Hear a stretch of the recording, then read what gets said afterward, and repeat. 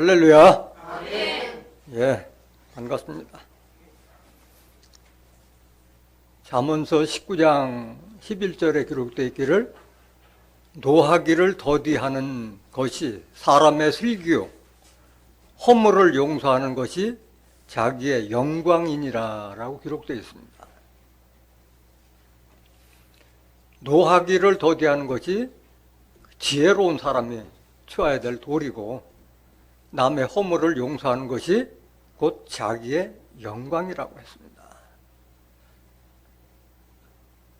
남을 용서하는 것이 쉬운 일이 아니잖아요. 이제까지 살아오면서 누구에게도 한 번도 원한 관계를 가져보지 않은 사람은 없을 거예요. 이 나이 되도록. 그런데 그것을 용서하는 것이 바로 자기의 영광이라고 했습니다. 금년 한 해가 다 가기 전에 한번 자신을 돌이켜보면서 아직도 용서하지 못할 것이 있으면 용서를 깨닫는 복된 시간이 되시길 원합니다. 이 시간 허락하신 하나님 말씀은 마태복음 6장 14절부터 15절까지입니다. 봉독해 드리겠습니다. 너희가 사람의 과실을 용서하면 너희 천부께서도 너희 과실을 용서하시려니와 너희가 사람의 과실을 용서하지 아니하면 너희 아버지께서도 너희 과실을 용서하지 아니하시리라. 아멘. 마태복음 6장 14절부터 15절까지 봉독해 주셨습니다. 봉독드린 말씀을 통해서 용서하라라는 제목으로 말씀을 증거하도록 하겠습니다. 뭐하라? 용서하라. 용서하라. 서두에서도 말씀드렸지만은 남을 용서하는 것이 쉽지가 않아요. 머리에서 가슴까지는 불과 한 30cm밖에 안 되지만은 가장 먼 거리가 바로 머리와 가슴이 아닌가. 비유의 말씀이에요. 머리하고 가슴 가깝다는 것은 머리로는 이성으로는 그렇게 해야 된다는 것을 알지만은 우리 마음속에는 이성 말고 뭐가 있어요? 감정이 있잖아요. 감정이. 머리로는 용서해야 되는 걸 알면서도 이 감정이라는 게 있기 때문에 그렇게 용서가 쉽게 되는 것이 아닌 거예요. 더욱이 자기하고 가까운 사람에게 억울함을 당하거나 그럴 경우에는 특히 잘 용서하기가 참 어려운 거예요. 육신적인 형제간이나 영적인 형제간이나 육신적인 친구나 영적인 친구 간에 있었던 그런 원한 관계는 참 쉽게 해결하기가 어려운 거예요. 그래서 형제하고 멀어진 거는 완전히 마치 금강석과 같아가지고 참 화해하기가 어렵다고 오죽 했으면 성경에도 그런 말이 기록되어 있잖아요. 잠언서 18장 19절 한번 보실까요? 노엽게 한 형제와 화목하기가 견고한 성을 취하기보다 어려운즉 이러한 다툼은 산성 문빗장 같으니라. 성문이 굳게 닫힌 것처럼 한 번 이렇게 틀어지고 나면 화해하기가 어렵다는 거예요. 어렵다는 거예요. 왜? 우리 마음속에 그 감정이라는 게 있기 때문에 이성만으로는 해결이 안 된다는 거예요. 오늘 본문은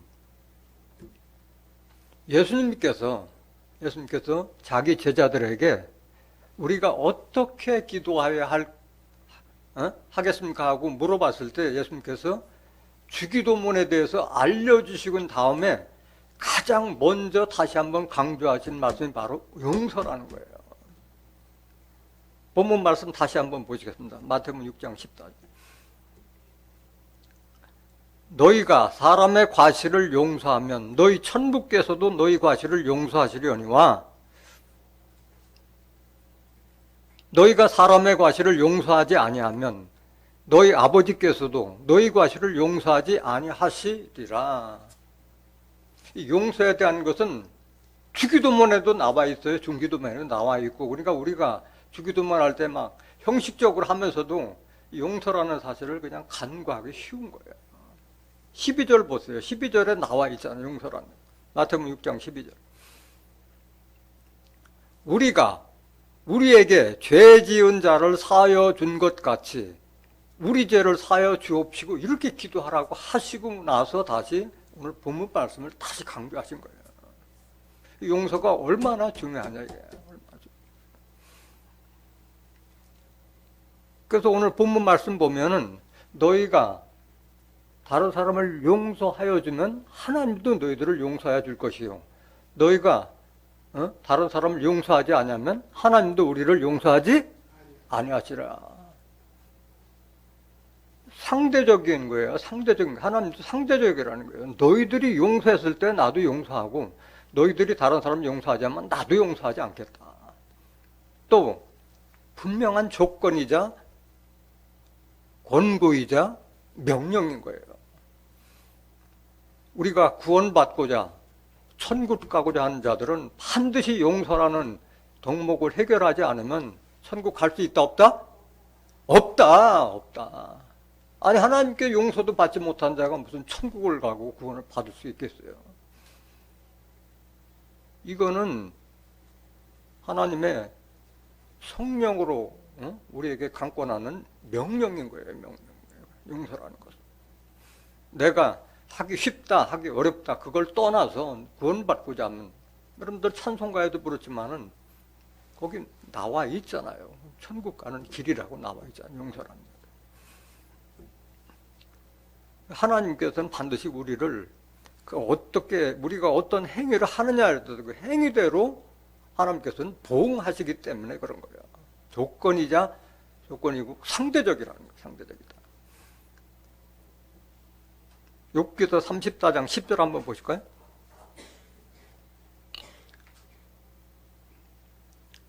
그러므로 너희 총명한 자들아 내 말을 들으라. 하나님은 단정코 악을 행치 아니하시며 전능자는 단정코 불의를 행치 아니하시고 사람의 일을 따라 보응하사 각각 그 행위대로 얻게 하시나니. 뭐대로 얻어요? 행위대로 하나님께서 갚아주시는 거예요. 12절. 진실로 하나님은 악을 행치 아니하시며 전능자는 공의를 굽히지 아니하시느니라. 행위대로 보응하죠. 행위대로. 같은 말씀 에레미야 17장 10절 한번 더 보세요. 나 여호와는 심장을 살피며 폐부를 시험하고 각각 그 행위와 그 행실대로 보응하나니. 하나님께서는 다 영으로 계시기 때문에 우리 심장을 살피고 폐부를 시험하고 각각 그 행위와 행실대로 보응한다고 그랬어요. 하나님은 뭘로 계세요? 영으로 계셔서 내 마음속에 있잖아요. 여러분들 마음속에 하나님의 영이 계시기 때문에 우리 심장을 살피고 우리의 마음보를 다 보고 계시다는 거예요. 에레미야 32장 19절 한번 더 보세요. 주는 모략에 크시며 행사에 능하시며 인류의 모든 길에 주목하시며 우리의 일거수일투족을 다 주목하고 계시다. 그 길과 그 행위의 열매대로 보응하시나이다. 내가 어떻게 행함에 따라서 하나님도 거기에 상응한 보응을 하실 줄 믿습니다. 용서에 대해서는 오늘 예수님께서 말씀하셨는데 구약시대에 용서에 대해서 아주 좋은 사례가 있고 신약시대에서 예수님께서 직접 용서에 대한 그 사례를 보여주신 바가 있어요. 여러분들 구약시대에서 용서에 대해서 기억나는 성경이 뭐가 있나요?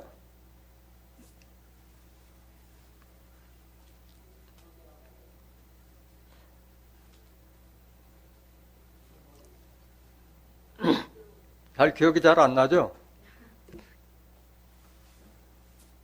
야곱의 12아들이 있는데 요셉이 막내에서 11번째, 12번째가 베냐민이고, 그래서 원래 어릴수록 부모님한테 귀염을 많이 받는데 더욱이 요셉은 총기가 뛰어나서 특히 사랑을 많이 받다 보니까 형제로부터 시기 질투를 많이 받았어요. 꿈을 꾸었는데 여러 곡식단들이 다 내게 절하이더이다. 뭐 그런 꿈 얘기를 하니까 그 형제들이 다 그럼 우리가 너에게 절하라는 말이냐 하는 식으로 시기 질투를 많이 받았어요. 결국은 그 형제들이 요셉을 애굽에 팔아먹었죠. 원래는 죽이려고 했다가 결국은 루벤과 또는 큰형 루벤과 유다가 또 동생들을 만류해서 결국은 죽이진 않고 그 요셉 애굽으로 팔아먹었는데 거기 가서 요셉은 여러 가지 어려움을 많이 당하지만은 결국 자기 지혜가 있기 때문에 애굽의 총리까지도 됐었어요. 그래서 그 야곱의 나머지 아들들, 야곱의 나머지 아들들은 그 기근이 오기 시작하니까 그걸 면하기 위해서 결국은 애굽으로 가잖아요.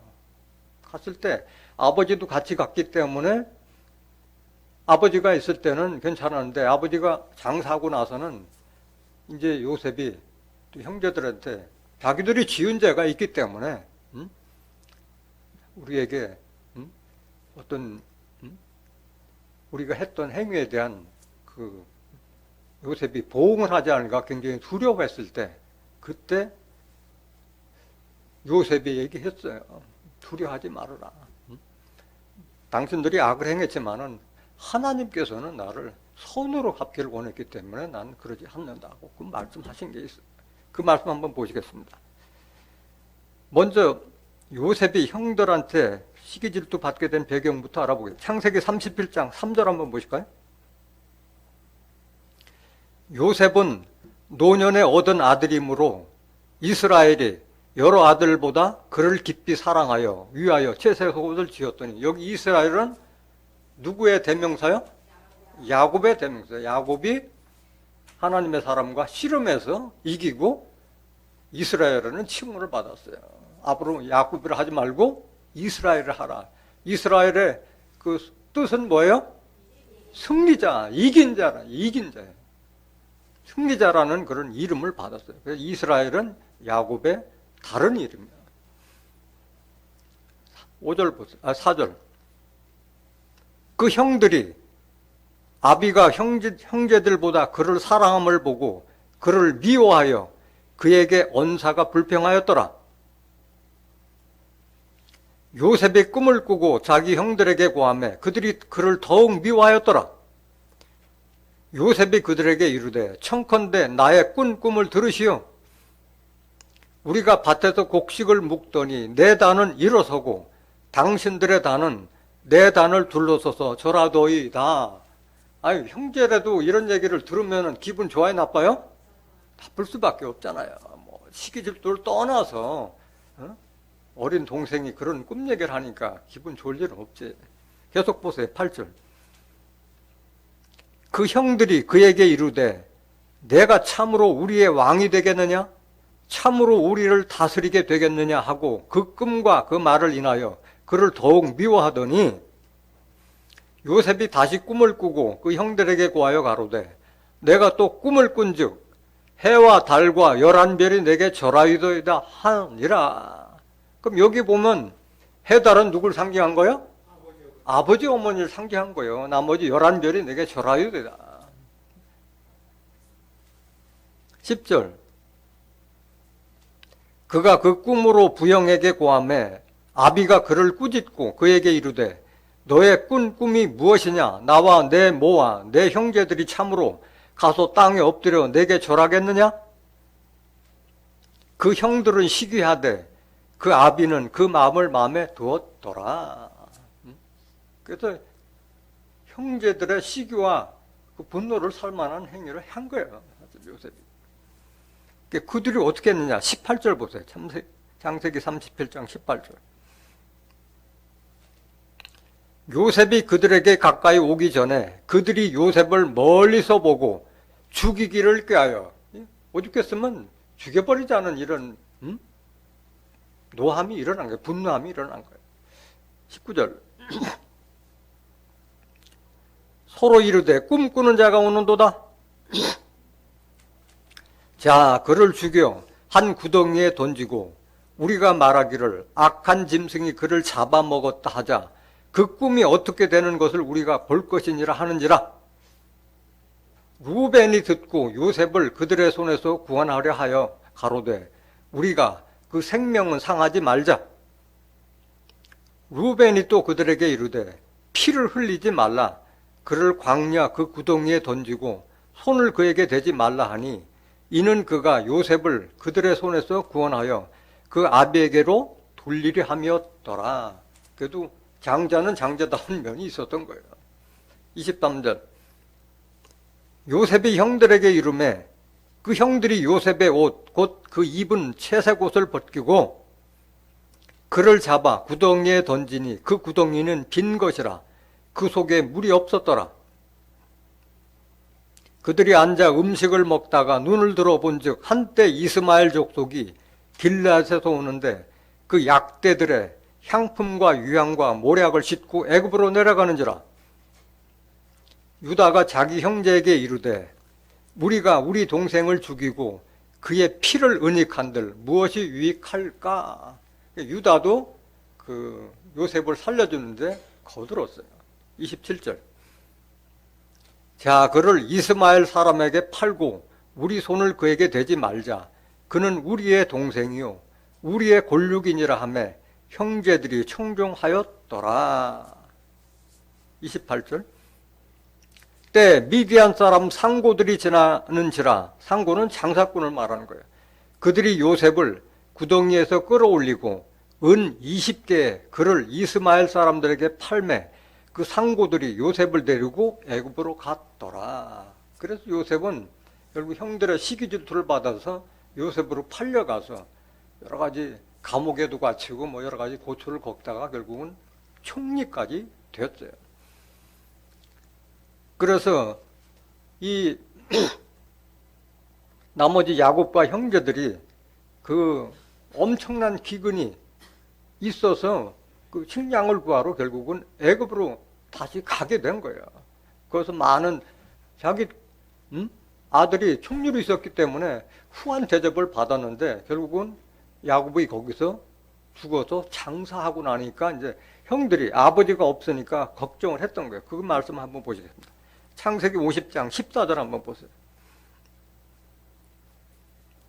요셉이 아비를 장사한 후에 자기 형제와 호상군과 함께 애국으로 돌아왔더라.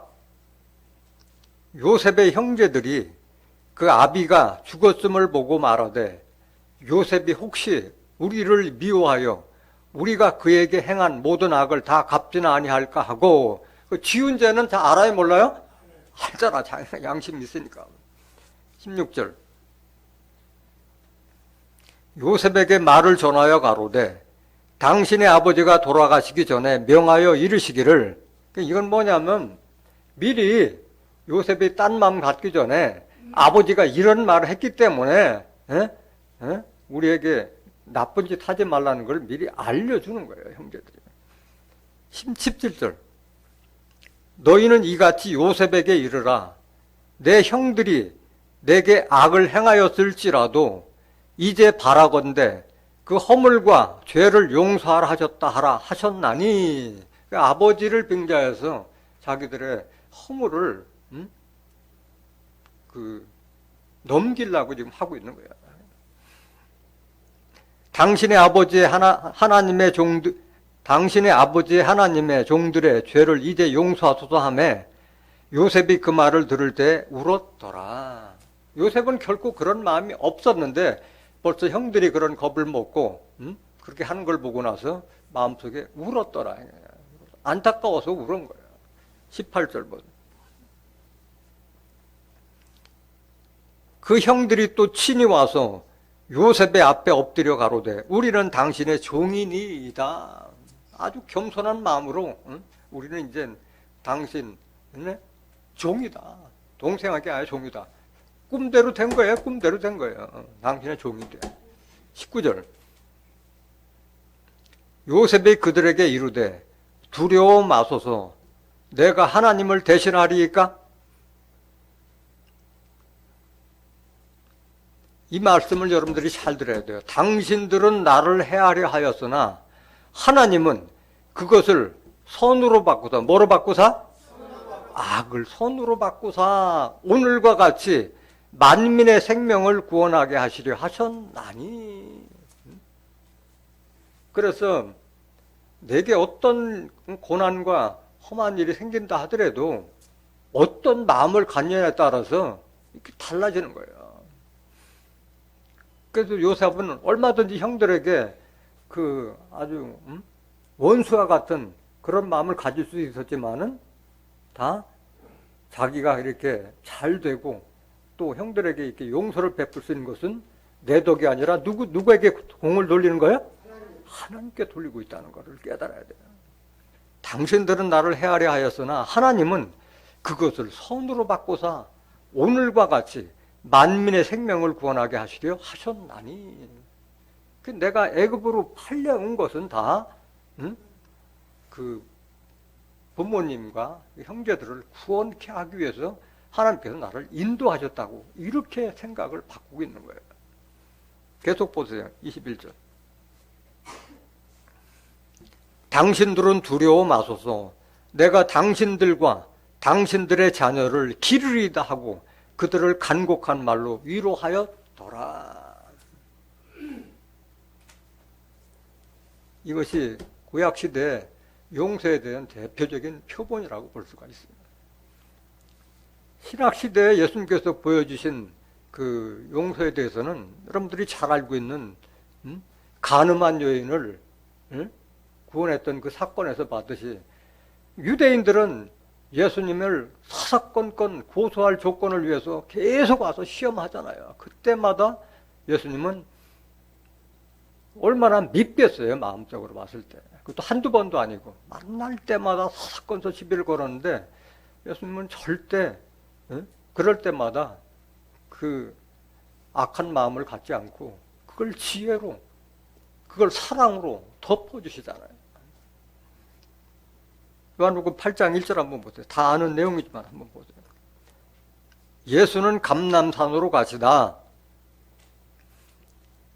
아침에 다시 성전으로 들어오시니 백성이 다 나오는지라 앉으사 저희를 가르치시더니 서기관들과 바리새인들이 간음 중에 잡힌 여자를 끌고 와서 가운데 세우고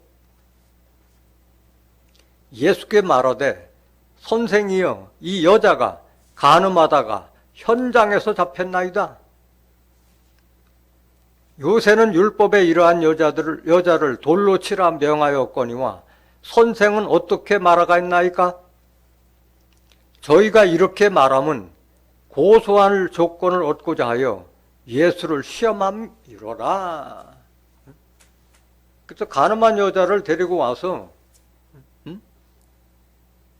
당신은 어떻게 할 것이냐 하는 것은 예수를 고소해서 죽이려는 그런 마음에서 시험하고 있는 거예요. 예수를 시험하고 있는 거예요.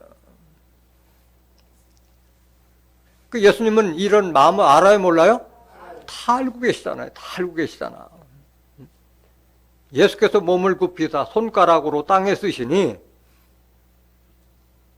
저희가 묻기를 마지 아니하는지라 이에 일어나 가라사대 너희 중에 죄 없는 자가 먼저 돌로 치라 하시고. 그래서 다 그 심보를 아는데 예수님은 그들을 직접 면전에서도 얘기할 수 있는, 너희들 이러기 위해서 할 수 있었지만은 직접적으로 대화를 안 하잖아요. 손가락으로 땅에 쓰셨단 말이야. 손가락으로 2번을 땅에 쓰시는 거예요. 그래서 8절까지 보세요. 다시 몸을 굽히다 손가락으로 땅에 쓰시니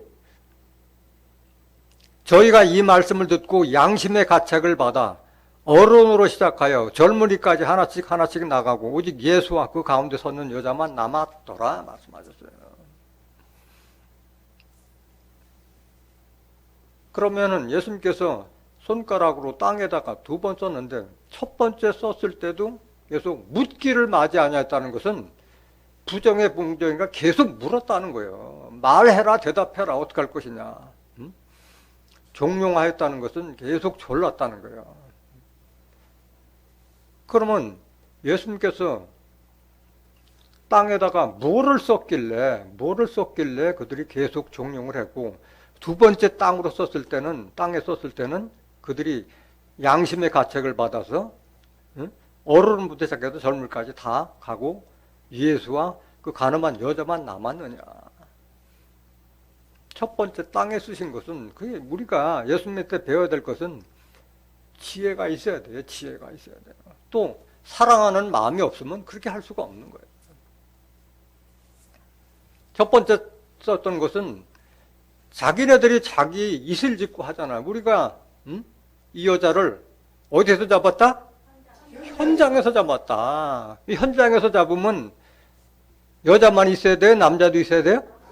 남자도 당연히 있어야 되죠.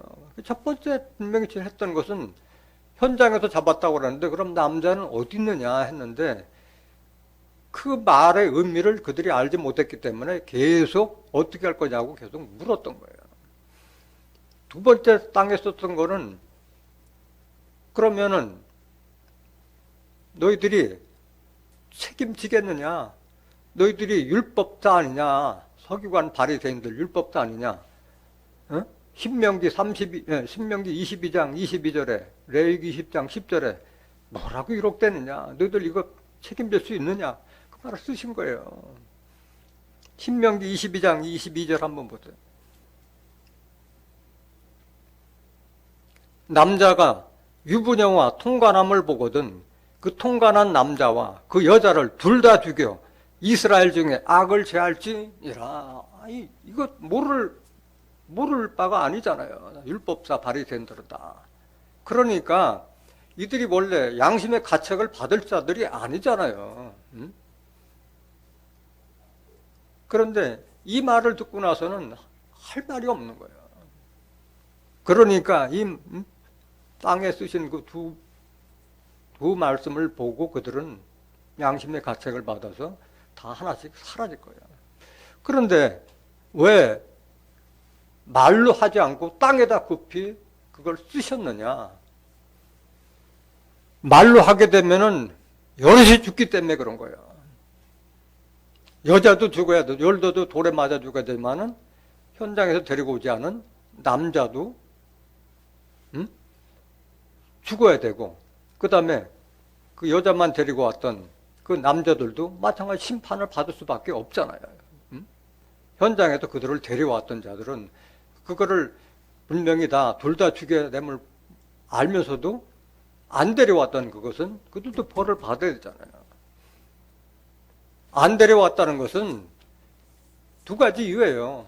자기의 동료거나 아니면 뭐 돈에 매수를 당한 건 둘 중에 하나잖아요. 그러니까 양심의 가책을 안 받을 수가 없는 거예요. 결국은 남은 여자에게도 다시는 이런 죄를 짓지 말라 해서 다 보냈지만은 이것이 바로 예수님께서 우리에게 보여준 용서의 대표적인 사례고, 예수님이 보여준 지혜와 사랑을 우리에게 교훈으로 남겨주신 줄 믿습니다. 이런 때가 많았잖아요. 예수를 시험하는 그 자들이 얼마나 많았어요. 그때마다 예수님께서는 지혜롭게 다른 말을 빙자해서 돌려서 그들을 깨닫게 하고 질책하지 않았잖아요. 뭘 별도로 뭐 고소하거나 분한 마음을 품지도 않았잖아요. 그거는 이렇게 하기가 쉬운 거예요? 어려운 거예요? 예수님은 우리 사람하고는 달리 신의 성품을 가졌기 때문에 그렇게 될 수가 있었던 거예요. 우리도 예수 닮아서 그런 신의 성품까지 자라가야 할 줄 믿습니다. 신의 성품 여러분들이 잘 알다시피 베드로후서 1장 4절 5절에 기록된 말씀과 같이 믿음의 덕의 지식을, 지식의 절제의 인내를, 인내 경건을, 경건의 형제우애를, 형제우애에 사랑을 공급하라. 형제우애 사랑을 공급할 수 있는 그런 마음은 신의 성품까지 자라지 않으면 쉽지 않은 거예요.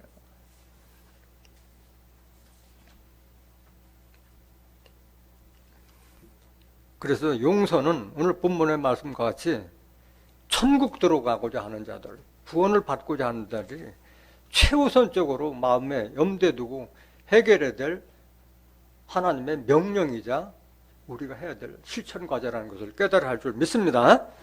누가복음 6장 35절 보세요.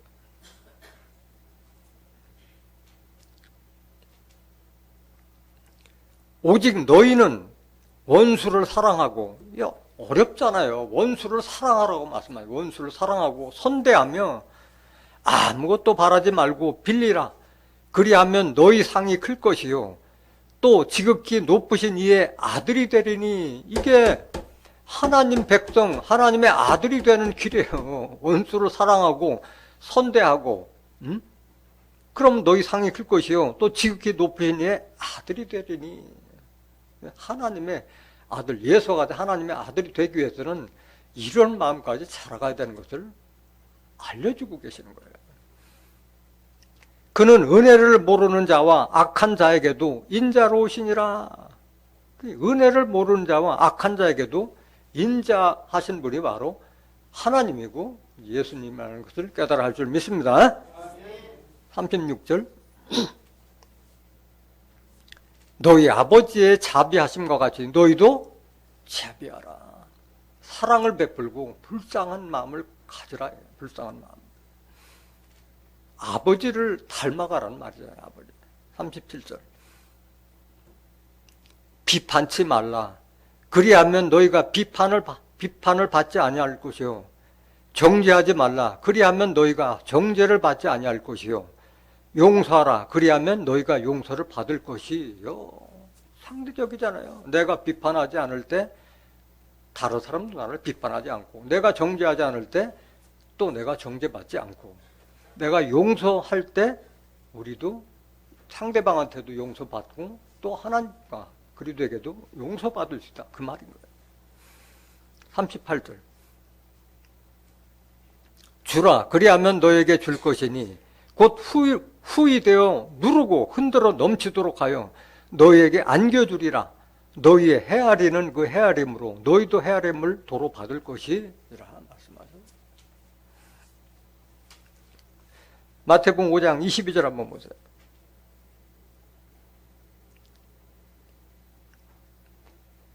나는 너에게 이르노니 형제에게 노하는 자마다 심판을 받게 되고 형제를 대하여 라가라 하는 자는 공회에 잡히게 되고 미련한 놈이라 하는 자는 지옥불에 들어가게 되리라. 라가라는 것은 바보라는 뜻이에요.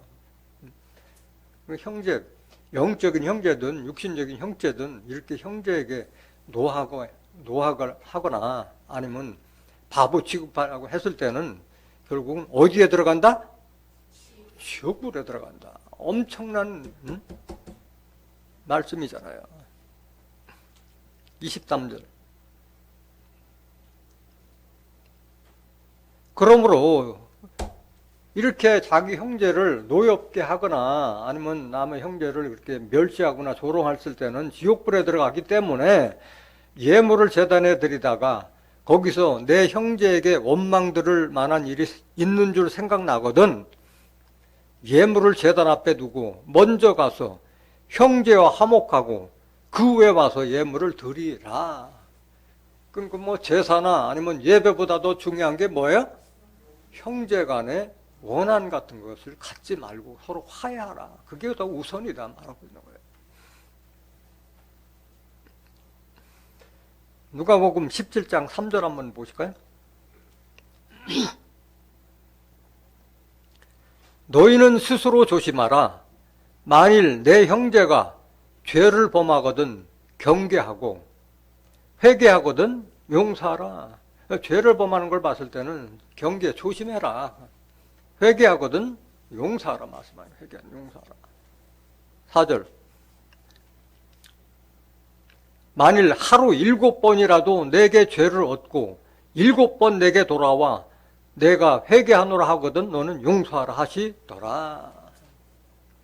여기 누가복음하고 마태복음하고 조금 다른데 회개했을 때는 용서하라고 그러는데 마태복음에는 뭐 회개 이런 말도 없이 그대로 몇 번씩이나 용서하리까 물었을 때 70번씩 7번이라고도 하고 있어요. 상대가 회개하든 하지 않든 용서라는데 누가복음에는 회개하거든 용서하라 이렇게 말씀하신 거예요. 조금 표현은 좀 다릅니다.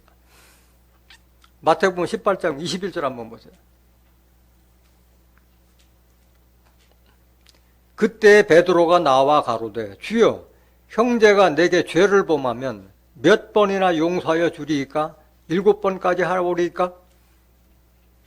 예수께서 가라사대 내게 이르노니 7번뿐 아니라 70번씩 7번이라도 할지니라.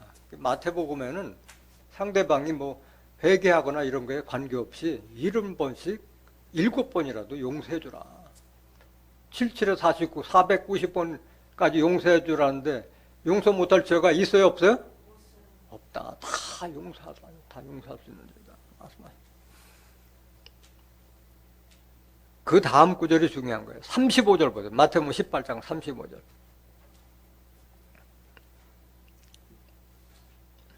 너희가 각각 중심으로 형제를 용서하지 아니하면 내 천부께서도 너희에게 이같이 하시리라.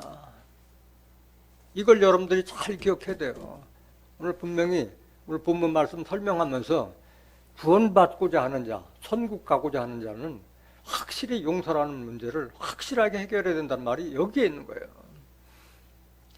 형제를 용서하지 않으면 내 천부께서도 너에게 이와 같이 이와 같이 한다는 뜻이 뭐냐? 천국 못 들어간다는 말씀을 하고 있는 거예요. 천국 못 들어간다. 그 말씀 배경을 보시겠습니다. 23절 보세요. 마태복음 18장 23절. 예수님께서 천국 비유를 여러 가지로 말씀하셨잖아요. 마태복음 18장 나온 것도 지금 천국을 지금 비유하고 있는 거예요. 이러므로 천국은 그 종들과 회개하려 하던 어떤 임금과 같으니 하고 이렇게 시작되는 거예요. 그러니까 지금 현재 천국 들어갈 수 있는 자격 조건에 대해서 예수님께서 비유로 말씀하시는 건데 마지막 구절이 너희가 형제를 중심으로 용서하지 않으면 이같이 되리라고 말씀하신 거예요. 계속 보세요. 24절. 회개할 때 일반 달란트 빚진 자 하나를 데려오매 갚을 것이 없는지라 주인이 명하여 그 몸과 처와 자식들과 모든 소유를 다 팔아 갚게 하라 한데 그 종이 엎드려 절하며 가로되 내게 참으소서 다 갚으리다 하거늘 그 종의 주인이 불쌍히 여겨 놓아보내며 그 빚을 탕감하여 주었더니 그 종이 나가서 제게 100데나리온 빚진 동관 하나를 만나 붙들어 목을 잡고 가로되 빚을 갚으라 하매 그 동관이 엎드려 간과하여 가로되 나를 참아 주소서 갚으리다 하되 허락하지 아니하고 이에 가서 저가 빚을 갚도록 옥에 가두거늘 그 동관들이 그것을 보고 심히 민망하여 주인에게 가서 그 일을 다 고하니 이에 주인이 저를 불러다가 말하되 악한 종아 네가 빌기에 내가 내 빚을 전부 탕감하여 주었거늘 내가 너를 불쌍히 여김과 같이 너도 내 동관을 불쌍히 여김이 마땅치 아니하냐 하고 주인이 노하여 그 빚을 다 갚도록 저를 옥졸들에게 붙이니라. 그러고 나서 오늘 35절을 말씀하신 거예요. 내가 너를 빚을 다 탕감하여 줬는데 너는 왜 다른 사람을 그렇게 용서하지 않느냐. 그래서 그 주인이 노해서 그 빚을 갚도록 저를 옥졸들에게 붙이라니까 어디에 갖춘다는 거야? 옥에 갖추듯이 마찬가지. 우리도 마찬가지.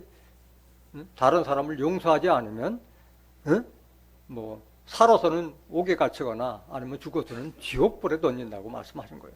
35절 보세요. 그러고 나서 35절 말씀하는 거예요. 너희가 각각 중심으로 형제를 용서하지 아니하면 내 천부께서도 너에게 이와 같이 하시리라. 결국 천국 들어가지 못한다는 거예요. 빚진 동관과 주인과의 관계를 빙자해서 지금 현재 천국 입성 자격 조건을 지금 말하고 계시는 거예요. 그러니까 모든 죄는 다 용서할 수가 있는데 용서 안 되는 죄가 무슨 죄? 성령을 거역한 죄는 용서받을 수 없다는 거예요. 성령 거역죄. 마태복음 12장 31절 보세요. 그러므로 내가 너희에게 이르노니 사람의 모든 죄와 회방은 사심을 얻되, 사한다는 것이 용서잖아요. 성령을 회방하는 것은 사심을 얻지 못하겠고, 또 누구든지 말로 인자를 거역하면 사심을 얻되, 누구든지 말로 성령을 거역하면 이 세상과 오는 세상에도 사심을 얻지 못하리라. 뭘 거역했을 때? 성령. 성령은 다른 말로 말하면 진리의 말씀이잖아요. 요한일서 5장 7절에 증거하는 성령이신 성령은 진리라. 진리는 요한복음 17장 17절에 저희를 진리로 거룩하게 없어. 아버지의 말씀은 진리이다. 그렇다면 오늘 본문 말씀은 뭐예요? 오늘 본문 말씀 바로 성령이에요. 이거 거역하면 이게 성령 거역죄인 거예요. 성령.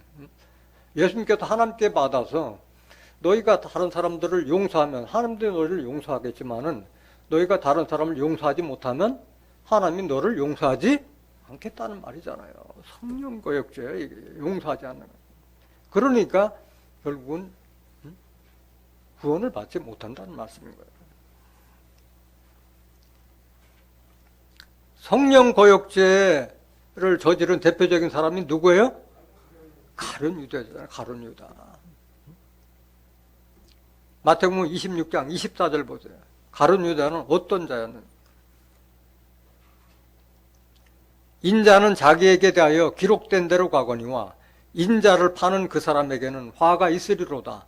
그 사람은 차라리 나지 아니하였다면 제게 좋을 뻔하였느니라. 왜 그래요? 성령 거역죄라는 죄를 짓는다는 것을 다 예수님은 알면서도 데리고 썼잖아요. 요한복음 6장 70절 71절에 보면 내가 너희 12를 택하지 아니하였느냐. 그러나 너희 중에 한 사람은 마귀니라. 다 마귀인 줄 알고 있으면서도 예수님은 하나님의 섭리를 이루기 위해서 데리고 썼던 거잖아요. 이 말씀을 했는데도 가룟 유다는 뭐라고 묻느냐. 25절 보세요. 마태복음 26장 25절. 예수를 파는 유다가 대답하여 가로되 랍비여 내니이까? 대답하시되 네가 말하였다 하시니라. 자기 마음에 찔리니까 내니이까 하니까 예수님이 네가 말하였다 했는데도 이거 그 말 예수님 이 말을 들으면서도 가룟 유다는 돌이켜요 안 돌이켜요? 안 돌이키고 그대로 예수님을 팔아먹잖아요. 나중에 은 30을 받고 예수를 팔아먹고 뉘우쳤지만은 돌이킬 수가 없는 거예요. 성령 거역죄이기 때문에 그런 거예요. 마태복음 27장 1절 보세요.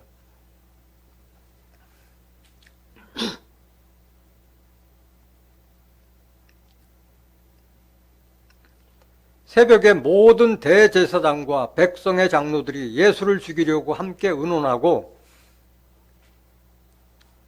결박하여 끌고 가서 총독 빌라도에게 넘겨주니라.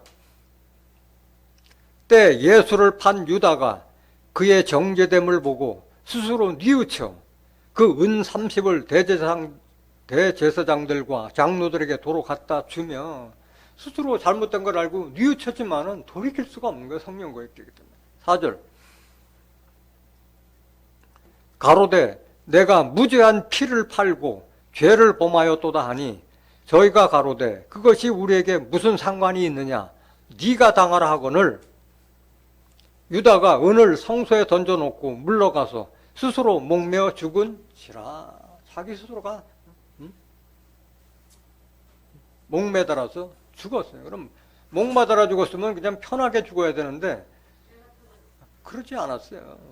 죽은 이후에도 다시 고통을 받는 그런 일이 생기지. 사도행전 1장 15절 보세요.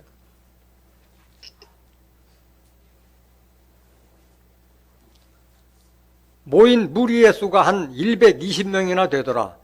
그때 베드로가 그 형제 가운데 일어서서 가로되 형제들아 성령이 다윗의 입을 의탁하사 예수 잡는 자들을 지로한 유다를 가리켜 미리 말씀하신 성경이 응하였으니 마땅하도다.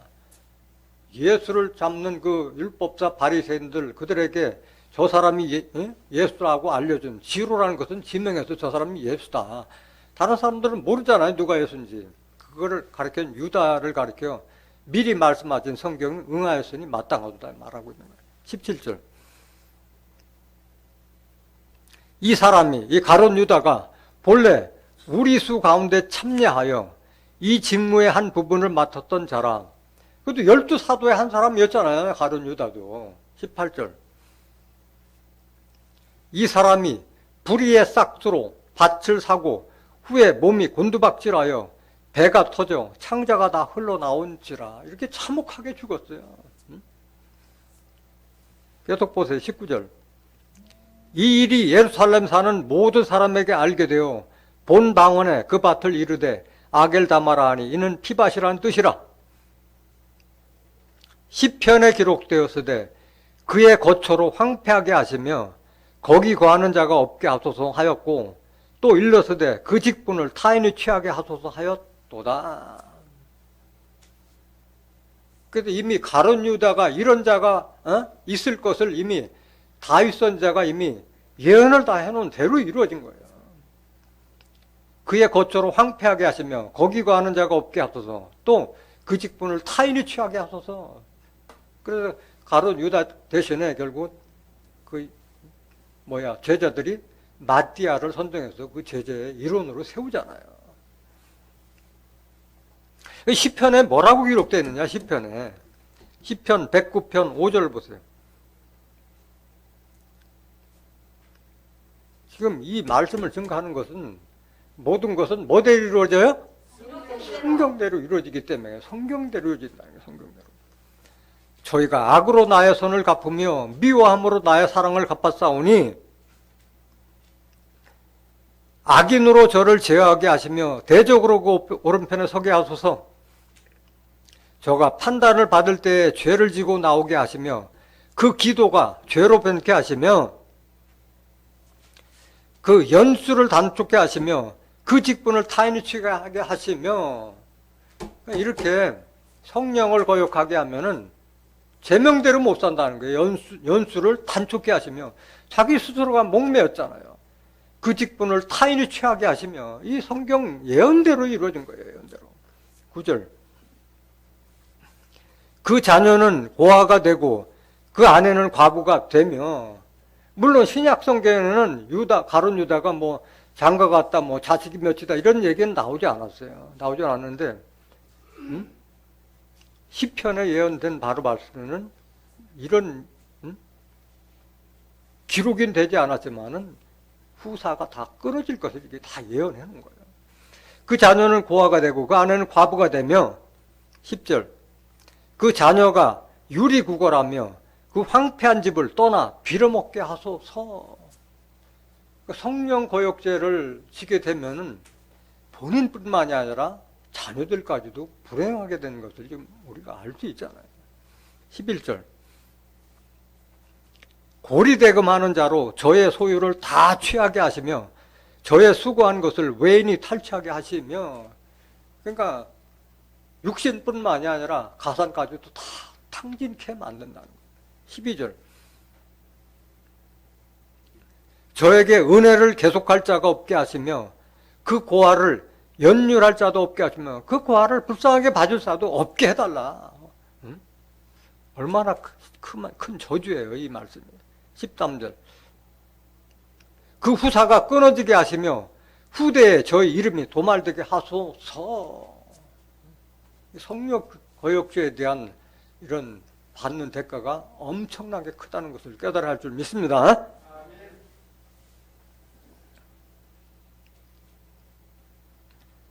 오늘 본문 말씀이 바로 성령이다. 하나님께서 우리에게 알려주신, 예수님을 통해서 알려주신 하나의 명령이라는 것을 우리가 깨달아야 할 줄 믿습니다. 또 우리가 반드시 용서해야 되는 것은, 다른 사람을 용서하지 못하는 것은 이게 사단의 속임수고 사단의 꾀라는 것을 알아야 돼요. 그래서 우리가 용서해 주라는 거예요. 내가 용서하지 못하는 마음 갖는 것은 누가 역사하는 거라고? 사단이 역사하는 것을 사도 바울이 증거하고 있는 거예요. 사도 바울이. 고린도서 2장 5절 보세요. 그러니까 내가 남을 용서하지 못하면 결국은 내가 사단의 지배를 받고 있다는 거예요. 근심하게 한 자가 있었을지라도 나를 근심하게 한 것이 아니요, 어느 정도 너희 무리를 근심하게 한 것이니 어느 정도라면 내가 너무 심하게 하지 아니하려 함이라. 이러한 사람이 많은 사람에게서 벌받은 것이 좋카도다.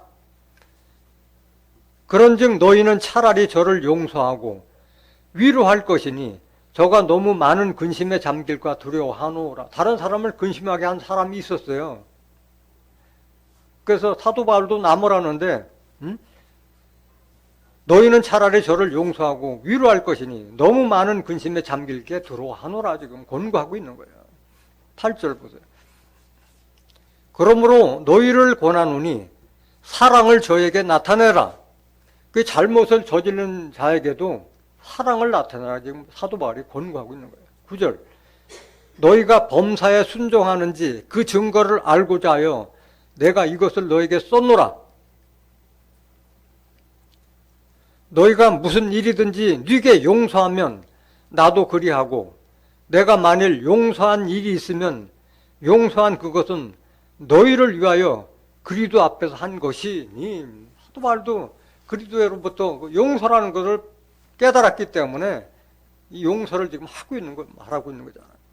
11절 보세요.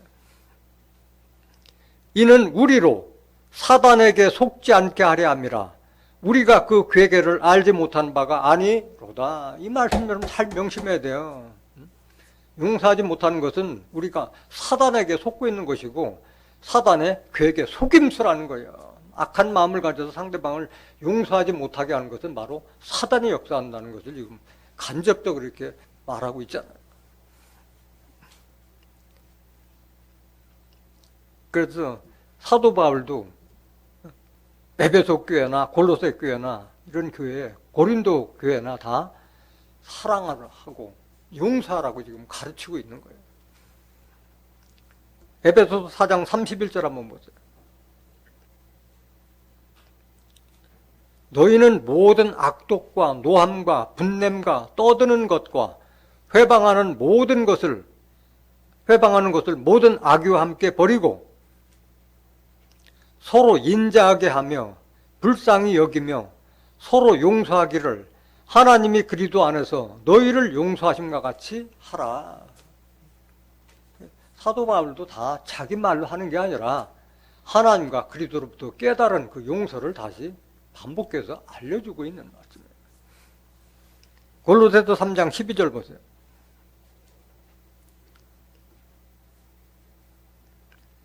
그러므로 너희는 하나님의 택하신 거룩하고 사랑하신 자처럼 긍휼과 자비와 겸손과 온유와 오래 참음을 옷 입고, 누가 네게 혐의가 있거든 서로 용납하여 피차 용서하되 주께서 너희를 용서하신 것과 같이 너희도 그리하고. 14절. 이 모든 것 위에 뭘 더하라? 사랑을 더하라. 이는 온전하게 매는 띠니라. 베드로전서 3장 8절 한번 보세요. 사도 바울뿐만 아니라 베드로도 말씀하고 있는 거예요.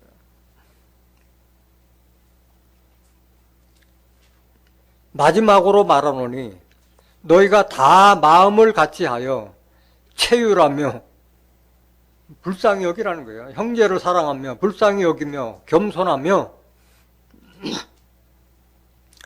악을 악으로 욕을 욕으로 갚지 말고 도리어 뭘 빌라? 복을 빌라. 이를 위하여 너희가 부르심을 입었으니 이는 복을 유업으로 받게 하려 하심이라 말씀하셨어요. 그 악을 악으로 갚지 말고 선으로 복을 빌라고 말씀하고 있는 거예요. 10절.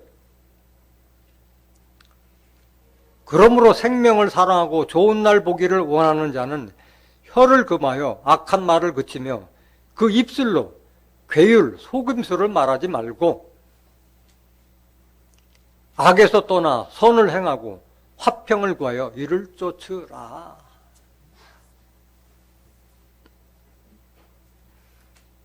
잠언서 19장 11절 보세요.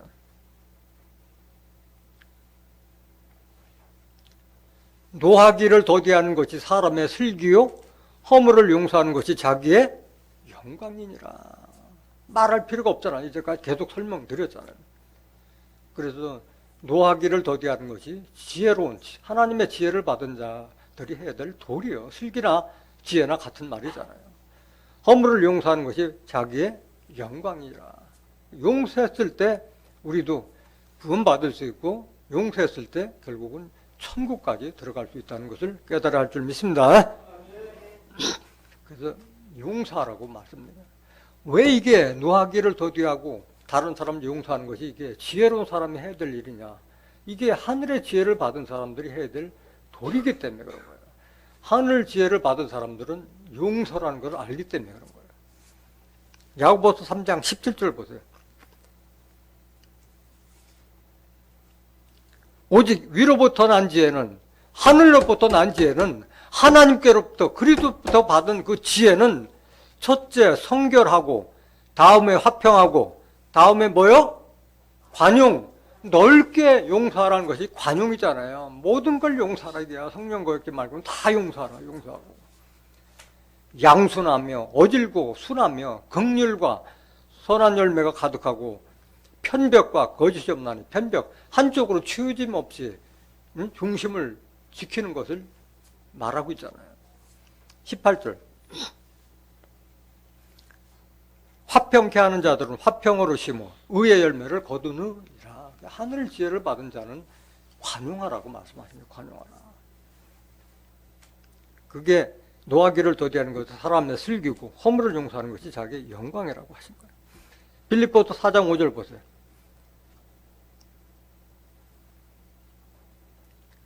너희 관용을 모든 사람에게 알게 하라. 주께서 가까우시니라. 이걸 보고 아, 저 사람이 하나님의 사람이구나 하는 걸 알 수 있는 거예요. 너희 관용을 모든 사람에게 알게 하라. 주께서 가까우시니라. 구원의 날이 가까웠다. 디도서 3장 1절 보세요.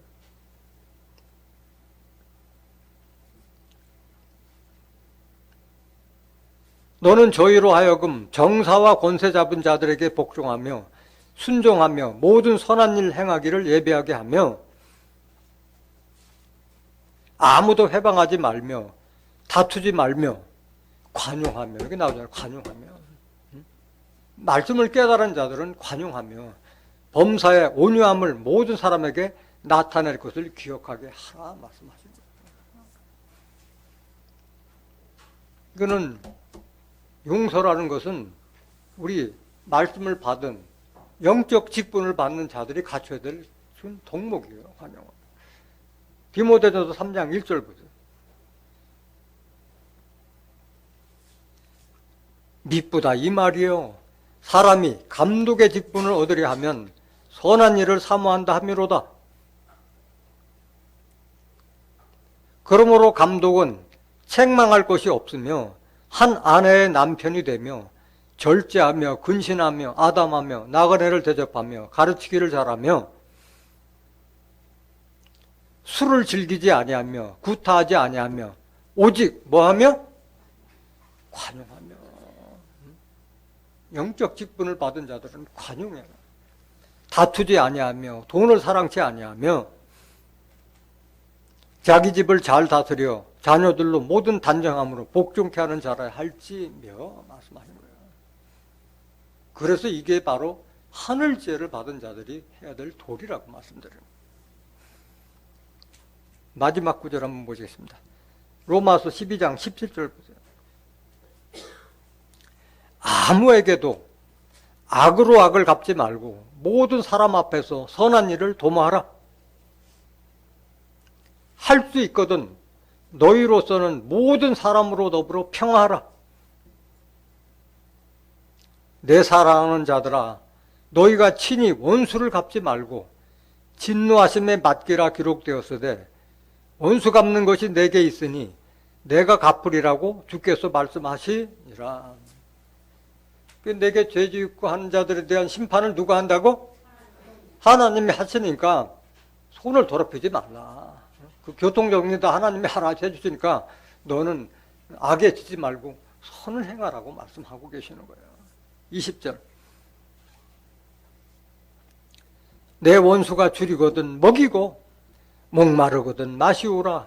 그리함으로 네가 숯불을 그 머리에 쌓아 놓으리라. 숯불 쌓아 놓으면 그 불을 댕기는 건 하나님이 하시니까 너는 더럽히지 말라 말고. 21절. 악에게 지지 말고 손으로 악을 이기라. 오늘 본문 말씀을 통해서 다른 사람을 용서하고 다른 사람을 불쌍히 여기고 악을 해가지 말고 선을 행하라고 하는 것은 하나님께서 예수님을 통해서 우리에게 주신 성령이라는 것을 깨닫고 모두가 모든 것을 다 용서함으로써 이 땅에 하나님의 나라가 이루어질 때 다 천국의 주인공들이 되시기를 예수 그리스도 이름으로 간절히 축원합니다. 말씀 마치겠습니다.